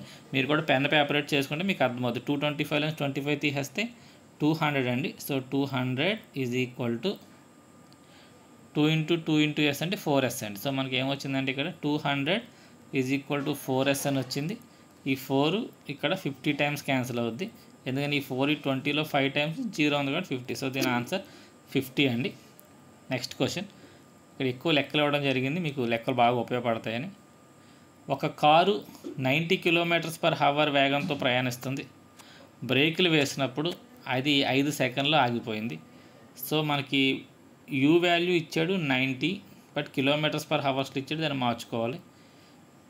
వి వాల్యూ 0, ఎందుకని ఆగిపోయింది కాబట్టి. టైం ఇచ్చేసాడు 5, యాక్సిలరేషన్ ఎంత అని అడిగాడండి. సో ముందు ఈ 90ని మనం ఏం చేయాలి, 5/18తో మల్టిప్లై చేయాలి. సో చేద్దాం, 90 ఇంటూ 5/18. సో 9 టేబుల్ ఇక్కడ 10 టైమ్స్, 9 టేబుల్ ఇక్కడ 2 టైమ్స్, ఈ 2 5. సో ఆన్సర్ 25 అండి. So v value 25, sorry u value 25, v value 0, time 5. So మనకున్న సూత్రం v equal to u plus at వాడుతున్నాం. ఇది 0, so 0 is equal to u value 25 plus a t value 5 అని తెలుసు, ఏ value మనం కట్టాలి. సో 5a, ఈ 25 ఇటు వచ్చేస్తుందండి. వచ్చేస్తే -25 ఈజ్ ఈక్వల్ టు 5a. ఏమవుతుంది, ఈ 5 ఇటు వచ్చి దీన్ని భాగిస్తుంది. సో -5 వచ్చిందండి ఆన్సర్. సో దీని answer -5 meters per second square. ఆన్సర్లో మైనస్ ఎందుకు వచ్చిందంటే దీని స్పీడ్ తగ్గిపోతుంది, రిటార్డేషన్ కాబట్టి ఆన్సర్స్ నెగిటివ్లో వస్తాయండి యాక్సిలరేషన్కి. నెక్స్ట్ 139 అండి. ఒక బైక్ 10 మీటర్స్ పర్ సెకండ్ వేగంతో కదులుతుంది. సేమ్ క్వశ్చన్ అండి. బ్రేకులు వేసిన తర్వాత 25 మీటర్ల దూరం ప్రయాణించి ఆగిపోయిన బ్రేకులు కలిగించిన త్వరణం ఎంత? సో మళ్ళీ same model question. You value 10 అండి, వి వాల్యూ 0 అండి. ఇప్పటి ఎస్ ఇచ్చాడు 25, ఏ ఎంత అని అడుగుతున్నాడు. v² - u² = 2as అనే సూత్రం వాడేస్తే వచ్చేస్తుంది. వాడదాం. ఫార్ములా ఏంటి, v² - u² = 2as. సో ఆగిపోయింది కాబట్టి ఇది 0 అండి. స్టార్టింగ్లో 10 ఉంది కాబట్టి ఇది -100 = 2 ఇంటూ ఏ మనం కట్టాలి, అది 25 అండి. 225 = 50.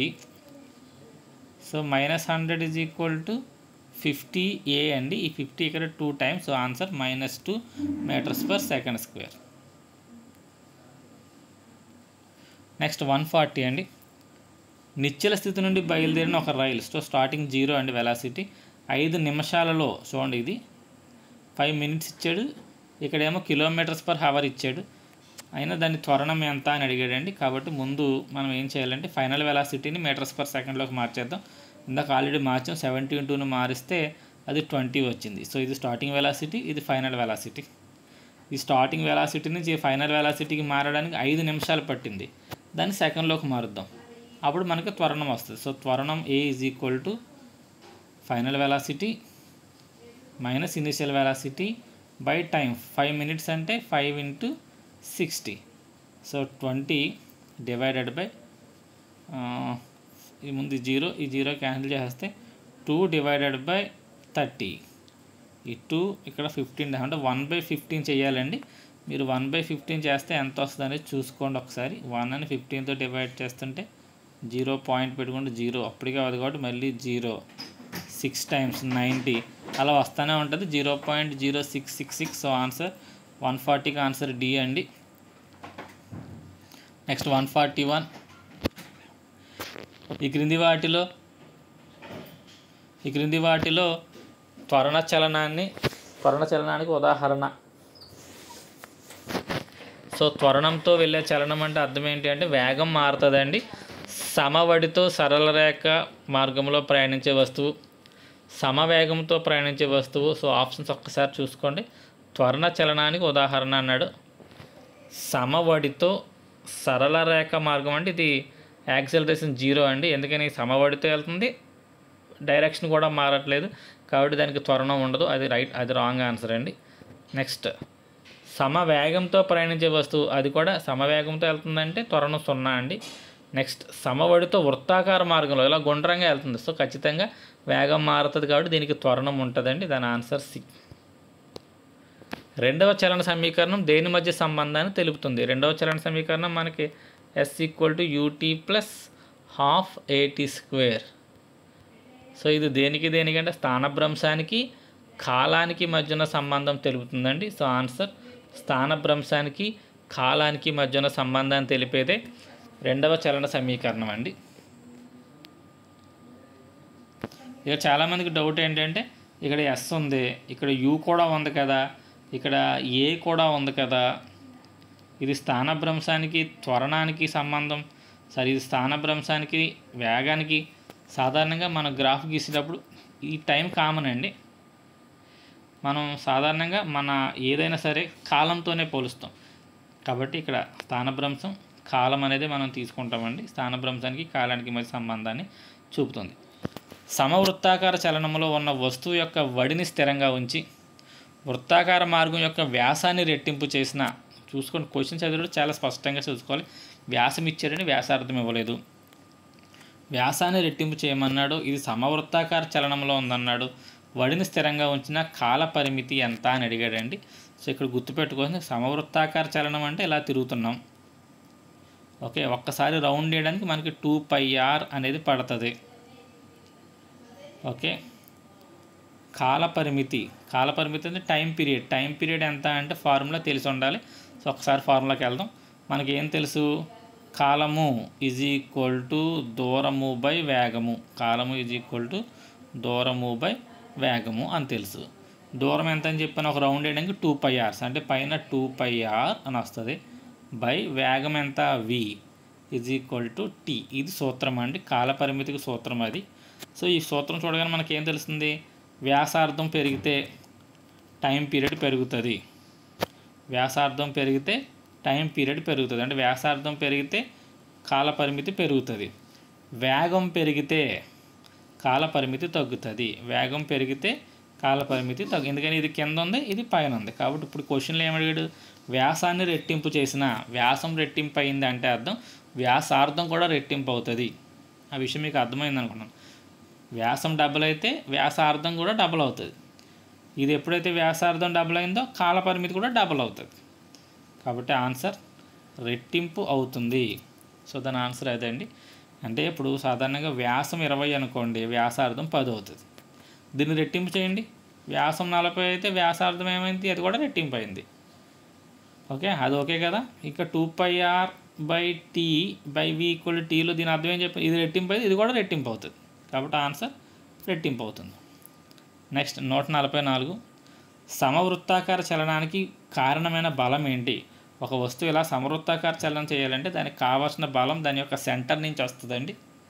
దాన్నే మనం అభికేంద్ర బలం అంటాం. సో దీని ఆన్సర్ అభికేంద్ర బలం. 145, సమవృత్తాకార చలనంలో ఉన్న ఒక వస్తువు వేటిని కలిగి ఉంటుంది? సమవృత్తాకార చలనంలో ఉన్న వస్తువు కింది వాటిలో వేటిని కలిగి ఉంటుంది? స్థిర వేగం, స్థిర త్వరణం కాదు. స్థిర వేగం మరియు వేగం స్థిరంగానే ఉండదు, తప్పు. మారుతున్న వేగం ఇది తప్పు, ఎందుకని త్వరణం కూడా మారుతుందండి. దాని యొక్క త్వరణం యొక్క దిశ కూడా మారిపోతూ ఉంటుంది. కాబట్టి మారుతున్న వేగం మరియు మారుతున్న త్వరణం, ఇది ఆన్సర్ అండి. రెండూ మారిపోతాయి. సమవృత్తాకార చలనంలో ఉన్న వస్తువు యొక్క వేగ దిశ ఏదైనా బిందువు వద్ద, సో ఇలా గుండ్రంగా తిరుగుతుంది. ఇక్కడ వేగ దిశ ఎలా అంటే ఇలా ట్యాంజెంట్కి ఇస్తామండి. ఇక్కడ డైరెక్షన్ ఆఫ్ వెలాసిటీ వేగ దిశ ఎలాగంటే ఇలా స్పర్శరేఖకి ఇస్తాం. స్పర్శరేఖ అండి, బొమ్మ పక్క నుంచి వెళ్ళిపోతుంది. సో ఆన్సర్ ఆ బిందువు వద్ద గీసిన స్పర్శరేఖ వెంబడి ఉంటుంది. సో అది దాని యొక్క ఆన్సర్ అండి. నెక్స్ట్ 147, వస్తువు r వ్యాసార్థం గల వృత్తాకార మార్గాన్ని ఒక్కసారి చుట్టి రావడానికి t సమయం పట్టిన ఆ వస్తువు యొక్క వడి. ఇందాక మీకు టీకి సూత్రం చెప్పాను, 2πr/v. ఇప్పుడు vకి సూత్రం అడుగుతున్నాడు, ఇది ఇటు పంపి ఇది ఇటు పంపండి. v is equal to 2πr/t.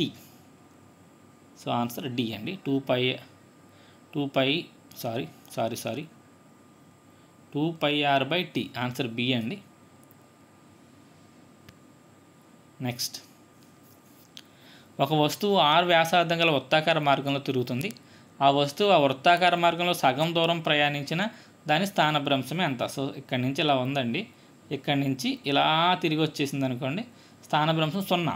ఎందుకని పూర్తి రౌండ్ అయితే ఇక్కడ అలా కాకుండా, సో ఇక్కడ బయలుదేరి అది ఇక్కడ దాకా, సో ఇప్పుడు కలర్ మారుద్దాం, ఇక్కడి నుంచి బయలుదేరిందండి, సగం చేసింది అంటున్నాడు, అంటే ఇక్కడికి వచ్చింది అనుకోండి, ఇది బి. స్థానభ్రంశం అంటే ఈ దూరం ఎంత అంటే 2r అవుతుంది. ఎందుకనండి ఇక్కడికి వ్యాసార్థం 6, ఇది ఒక వ్యాసార్థం 6, సో 2r అవుతుంది. సో దాని ఆన్సర్ 2r అండి. నెక్స్ట్ క్వశ్చన్, ఒక వస్తువు చేసిన స్థానభ్రంశం దానికి పట్టిన సమయం యొక్క వర్గానికి అనులోమానుపాతంలో ఉంటే ఆ వస్తువు యొక్క చలనం అంటే ఎస్ t² ప్రపోర్షనల్గా ఉంది. s equal to ut plus ½ at². అందులో ఎస్ దేనికి ప్రపోర్షనల్గా ఉంటుంది? t². Okay, v equal to u plus at, s equal to ut plus ½ at², v². ఇవన్నిటిని మనం సమత్వరణంతో ఉన్న చలనాలండి. అని సమత్వరణంతో వెళ్తున్నప్పుడే మనం ఈ చలనాలన్నీ ఉంటాయి. ఓకే, చలన సమీకరణాలన్నీ కూడా సమత్వరణంతో వెళ్ళే వాటి గురించి చెప్తాయి. కాబట్టి ఆన్సర్ బి అండి. నెక్స్ట్ 110, ఈ క్రింది వాటిలో సాధ్యమయ్యే చలనం ఏది? ఈ క్రింది వాటిలో సాధ్యమయ్యే చలనం ఏది? ఒక వస్తువు స్థిర త్వరణాన్ని కలిగి ఉండడం మరియు దాని వేగం శూన్యం అవ్వడం.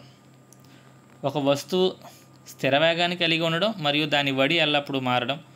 సో ఇందులో సాధ్యమయ్యేది ఏంటి? సాధ్యమయ్యేది ఏంటంటే చూడండి ఒకసారి. ఒక వస్తువు స్థిర త్వరణాన్ని కలిగి ఉండడం మరియు దాని వేగం శూన్యం అవ్వడం. ఏదైనా ఒక వస్తువు మీద అలా పైకి గిరాటేసామనుకోండి, దీని మీద త్వరణం ఎప్పుడు కూడా -9.8 పనిచేస్తూ ఉంటుంది. ఎందుకని కిందకి లాగేస్తూ ఉంటుంది భూమి. సో ఇలా పైకి వెళ్తున్నప్పుడు వేగం తగ్గిపోతూ ఉంటుంది, త్వరణం మాత్రం అంతే ఉంటుందండి. తగ్గిపోయి ఇక్కడ 0 అయిపోయి మళ్ళీ కిందకి స్టార్ట్ అవుతుంది. కాబట్టి సో ఇక్కడ ఇది సాధ్యం అవుతుందండి. ఎందుకని స్థిర త్వరణం కలిగే ఉంటుంది, వేగం విలువ ఏమైంది? శూన్యమైంది. కాబట్టి అది సాధ్యం అవుతుందండి. మిగతా ఏవి సాధ్యం అవుతుంది. ఒకసారి మీరు ఇవన్నీ చదువుకుని చూడండి. ఏదైనా మీకు సాధ్యం అవుతుంది అనుకోండి, నాకు కామెంట్ చేయండి. 150లో ఇది సాధ్యం అవుతుంది కదా, ఎందుకు సాధ్యం అవుతుంది అన్నారని మీకు తర్వాత వీడియోలో దాని ఆన్సర్ అప్పుడు ఎక్స్ప్లెయిన్ చేస్తాను, లేదా కామెంట్లో ఎక్స్ప్లెయిన్ చేస్తాను. అక్కడికి ఫిజిక్స్ కంప్లీట్ అయ్యిందండి. కెమిస్ట్రీ బిట్స్ స్టార్ట్ చేద్దాం. కెమిస్ట్రీ బిట్స్ స్పీడ్గానే అయిపోతాయండి. ఎక్కడ అవసరమైతే అక్కడ మాత్రమే కాన్సెప్ట్ చెప్తాను. మిల్క్ ఆఫ్ మెగ్నీషియా యొక్క pH విలువ. మిల్క్ ఆఫ్ మెగ్నీషియా అనేది ఒక బేస్ అండి. బేస్ pH విలువ 7 కంటే ఎక్కువ ఉంటుంది. స్ట్రాంగ్ బేస్ అయితే 14-13 దగ్గరలో ఉంటుంది. ఇది ఒక వీక్ బేస్ కాబట్టి దీని ఆన్సర్ 10.5 అండి. నెక్స్ట్, తేనెటీగ కుట్టినప్పుడు లేదా తేలు కుట్టినప్పుడు, కందిరేగ కుట్టినప్పుడు మనం ఇంట్లో వాడే బేకింగ్ సోడాని వాడి మనం నొప్పిని తగ్గిస్తామండి. సోడియం బైకార్బోనేట్ అనేది దాని ఆన్సర్. పళ్ళు పాడవడం, దంతక్షయం ఏర్పడాలి అంటే నోట్లో pH విలువ 5.5 కంటే తక్కువ ఉండాలండి. అదొక్కటే ఇక్కడ ఆమ్లత్వాన్ని కలిగి ఉంది. మిగతా అన్నీ కూడా క్షారాలు, న్యూట్రల్. కాబట్టి ఆన్సర్ బి అండి. అది సాధారణంగా లోహాలు ఆమ్లాలతో చర్య జరిపితే, లోహాలు ఆమ్లాల మధ్య చర్య జరిపితే మనకి విడుదలయ్యే వాయువు హైడ్రోజన్ అండి. అదే ఆమ్లాలు కనుక కార్బొనేట్స్తో చర్య జరిపితే,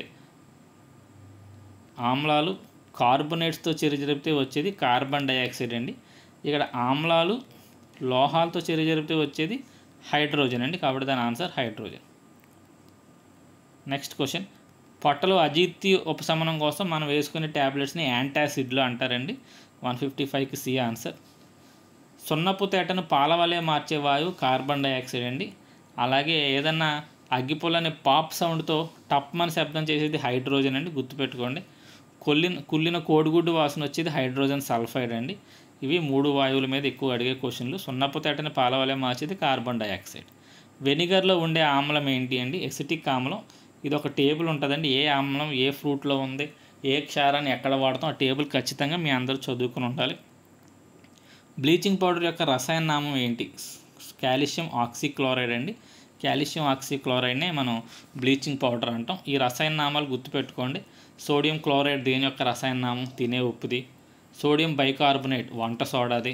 సోడియం కార్బోనేట్ బట్టల సోడాది. ఇలా మనకు రసాయన నామాలు ఉన్నాయి, అవన్నీ మీరు చదువుకుని ఉండాలి. ఒక బలమైన ఆమ్లం, ఒక బలహీన క్షారం. సో ఆమ్లం బలమైంది, క్షారం బలహీనమైంది. ఆ రెండింటితో చర్య జరిపిన ఏర్పడే లవణం అన్నాడు. ఇక్కడ ఎవరైతే బలమైందో ఆ లక్షణం వస్తుందండి. సో ఆన్సర్ ఆమ్ల లక్షణం గుర్తుపెట్టుకోండి. రెండు బలమైనవి అయితే తటస్థం అయిపోతుందండి.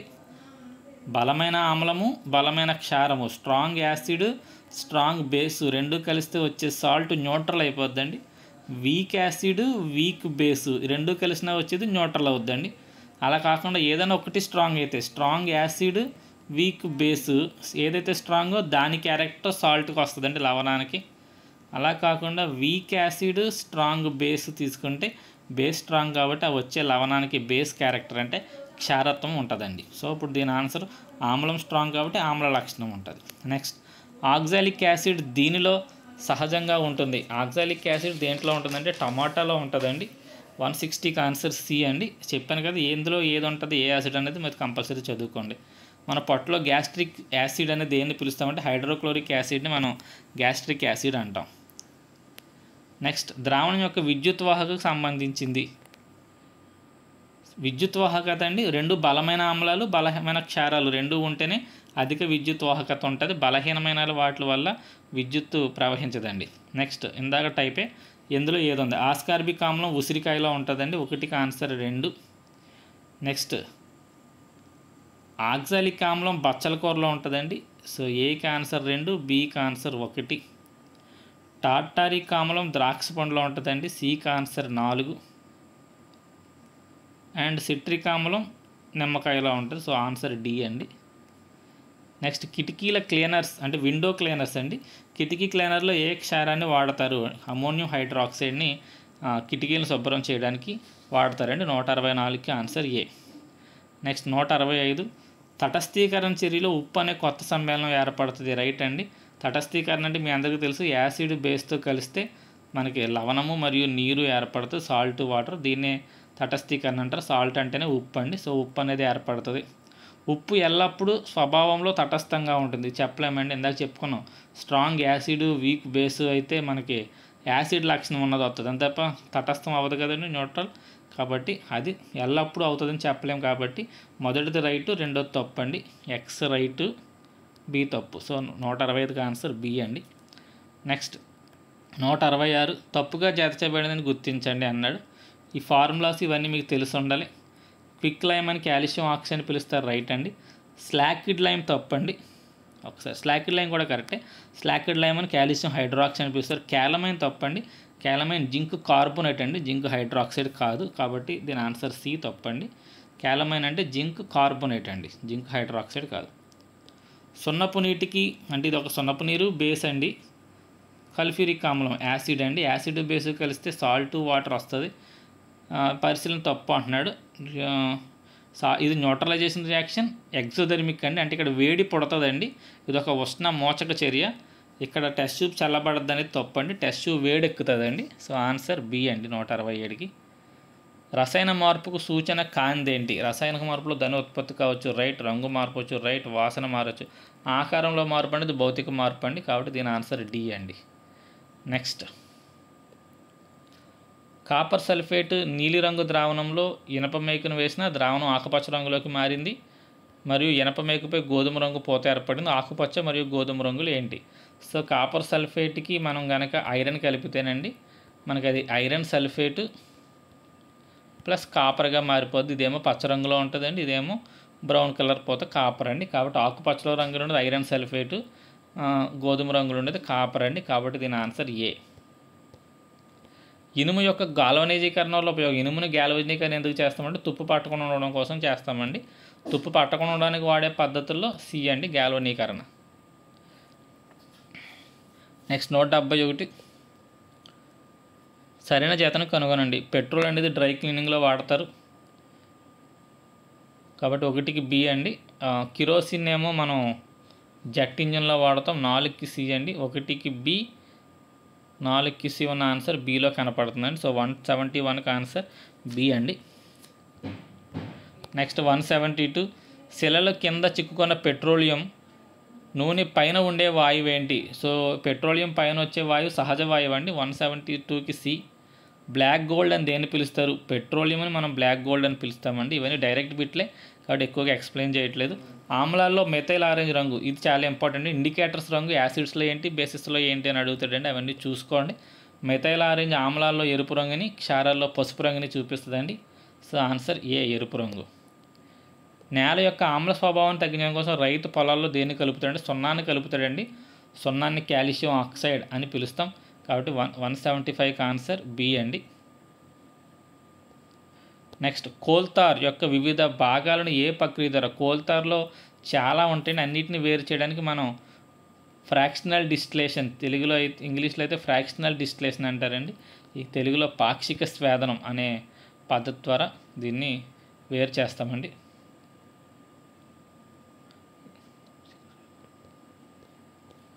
నూట 77 మొక్కలు మరియు చెట్లు భూమిలో పూడిపోయి బొగ్గుగా మారే ప్రక్రియని కార్బనైజేషన్ అంటారండి.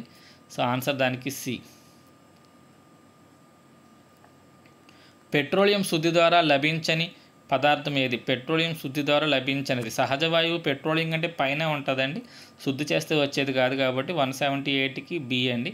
కింది వనలో ఉక్కు పరిశ్రమలు మరియు లోహ సంగ్రహణలో దేన్ని వాడతారు? డైరెక్ట్ క్వశ్చన్లు ఇవన్నీ. కోక్ని వాడతారండి. 179కి బి, డి. కింది వాటిలో శిలాజ ఇంధనం కానిది ఏంటి? కర్ర బొగ్గు అండి. కర్ర బొగ్గు శిలాజ ఇంధనం కాదు. అది కర్రని కాల్చడం వల్ల వచ్చింది తప్ప భూమిలోంచి వచ్చింది కాదండి. కాబట్టి ఆన్సర్ సి.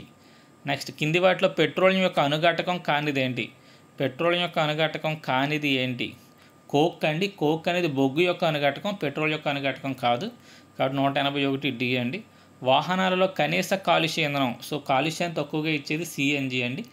ఈ మధ్య ఆటోలన్నీ సిఎన్జి వాడుతున్నారు. సిఎన్జి అంటే కంప్రెస్డ్ న్యాచురల్ గ్యాస్ అండి. రోడ్ల ఉపరితలం కోసం పెట్రోలియం ఉత్పత్తి ఏం వాడుతున్నారు? బిటుమెన్ అండి. బిటుమెన్ని రోడ్డు నున్నగా ఉండడం కోసం బిటుమెన్ అనే దాన్ని వాడుతున్నారు. తప్పుడు వాక్యాన్ని కనుగొనండి. మెథైల్ ఆరెంజ్ క్షారాల్లో పసుపు రంగు చూపిస్తుంది, రైట్. ఫెనాఫ్థలిన్ ఆమ్లాల్లో గులాబీ రంగు, తప్పండి. ఫెనాఫ్థలిన్ అనేది క్షారాల్లో గులాబీ రంగుని చూపిస్తుంది, ఆమ్లాల్లో రంగుని చూపించదండి, కాబట్టి బి తప్పండి. నెక్స్ట్ మిగతాయి కూడా చూసుకోండి అన్నీని. మొట్టమొదటి ఆయిల్ బావిని ఎక్కడ తవ్వారు? అమెరికాలో మొట్టమొదటి ఆయిల్ బావిని తవ్వారండి. యుఎస్ఏ అనేది రైట్ ఆన్సర్. డాష్ అనేది కార్బన్ యొక్క స్వచ్ఛమైన రూపం, కోక్ అండి. కోక్ అనేది కార్బన్ యొక్క స్వచ్ఛమైన రూపం. చిమ్మటలు మరియు ఇతర కీటకాలు తరిమి కొట్టడానికి వాడే నాప్థలిన్ బంతుల్ని మనం దేని నుంచి తయారు చేస్తాం? సో ఈ నాప్థలిన్ బంతులు ఇవన్నీ కోల్ తార్ నుంచి తయారు చేస్తారండి. పెయింట్లు ఇవన్నీ కూడా. తప్పుగా ఉన్నదాన్ని గుర్తుపట్టండి. టైప్ ఆల్రెడీ చూసాం, ఇందులో ఒకటి తప్పు అయింది, కనిపెట్టండి అన్నాడు. క్విక్ లైమ్ కరెక్ట్ అండి. స్లాకిడ్ లైమ్ తప్పండి. కాల్షియం కార్బోనేట్ కాదు, అది కాల్షియం హైడ్రాక్సైడ్ అండి. బేకింగ్ పౌడర్ కరెక్టే, sodium hydrogen carbonate. Blue vitriol అని కాపర్ సల్ఫేట్ని పిలుస్తారు. అండ్ CaOH ట్వైస్ రాసినప్పుడు బ్రాకెట్ పైన బయట రాయాలండి, లోపల కనబడింది అది. నెక్స్ట్, నేల యొక్క స్వభావం క్షారం అయితే దేన్ని కలుపుతారంటే కంపోస్ట్ అండి. కంపోస్ట్ని కలుపుతారు. కంపోస్ట్ని కలపడం వల్ల క్షార స్వభావం పోతుందండి. గాల్వనీకరణలో ఏ లోహాన్ని వాడతారు? జింక్ని వాడతారండి. నెక్స్ట్, స్టెయిన్లెస్ స్టీల్ తయారు చేసేటప్పుడు మనం ఇనుముకి క్రోమియం కలుపుతాం, నిక్కిల్ కలుపుతాం, మ్యాంగనీస్ కలుపుతామండి. కలపంది ఏంటంటే జింక్ కలపరండి. స్టెయిన్లెస్ స్టీల్కి జింక్ వాడడం. జెట్ విమానాల్లో ఏ పెట్రోల్ని వాడతారు? కిరోసిన్ని వాడతారు, ఆల్రెడీ ఇందాక వచ్చిందండి. ఇళ్లల్లో సిఎన్జిని పైప్ లైన్ ద్వారా ఇంటికి పంపించే నెట్వర్క్ ఏ నగరంలో అందుబాటులో ఉంది? గుజరాత్లోని వడోదరా అండి. నెక్స్ట్, ఈ కింది వాటిలో ఉక్కు పరిశ్రమలో ఇది ఆల్రెడీ రిపీట్ అయింది. ఉక్కు పరిశ్రమలో కోక్ని వాడతారండి. ఎరువులు తయారు చేయడానికి సహజ వాయువు నుంచి లభించే దేన్ని వాడుతున్నారు? చాలా ఇంపార్టెంట్ అండి ఇది. ఎరువులు తయారు చేయడానికి సహజ వాయువు నుంచి హైడ్రోజన్ని వాడతారండి. Hydrogen answer. కింది వాయువుల ఆమ్ల వర్షానికి కారణం కానిదేంటి? ఆమ్ల వర్షానికి హైడ్రోజన్ డయాక్సైడ్ అండి. హైడ్రోజన్ డయాక్సైడ్ అన్న నీరన్న ఒకటేనండి. హైడ్రోజన్ డయాక్సైడ్ అనేది నీటికి మరొక పేరు, అదేమో ఆమ్ల వర్షానికి కారణం కాదండి. నెక్స్ట్, ఈ రోజుల్లో కోల్ గ్యాస్ని దేనికి వాడుతున్నారు? వేడిని ఉత్పత్తి చేయడానికి, స్టీమ్ ఇంజన్స్లో స్టీమ్ని ఉత్పత్తి చేయడానికి వాడతారండి. So answer D. ఇంతకు ముందు అయితే కాంతిని ఉత్పత్తి చేయడానికి లైట్లలో వాడేవారు. 199, కింది వాటిలో తప్పు వాక్యాన్ని కనుగొనండి. కోక్ అనేక లోహ సంగ్రహంలో ఉపయోగిస్తాం, రైట్. కోల్తార్ రోడ్డు ఉపరితలం కోసం బిటుమిన్ స్థానం, తప్పండి. బిటుమిన్నే కోల్తార్ స్థానంలో వాడుతున్నారు, రివర్స్ ఇచ్చాం, సో ఇది తప్పండి. భారతదేశంలో మొదటి ఆయిల్ బావిని ఎక్కడ కనుగొన్నారు? అస్సాంలో కనుగొన్నారండి. నెక్స్ట్, మెగ్నీషియం ఆక్సైడ్ని కాల్చిన ఏర్పడే బూడిదండి. మెగ్నీషియాన్ని కనుక మనం ఆక్సిజన్లో కాలిస్తే మనకి మెగ్నీషియం ఆక్సైడ్ అనే బూడిద వస్తుందండి. కాబట్టి ఆన్సర్ మెగ్నీషియం ఆక్సైడ్. కాబట్టి దీని ఆన్సర్ సి అండి. ఇవి మొత్తం 100 బిట్స్ అండి.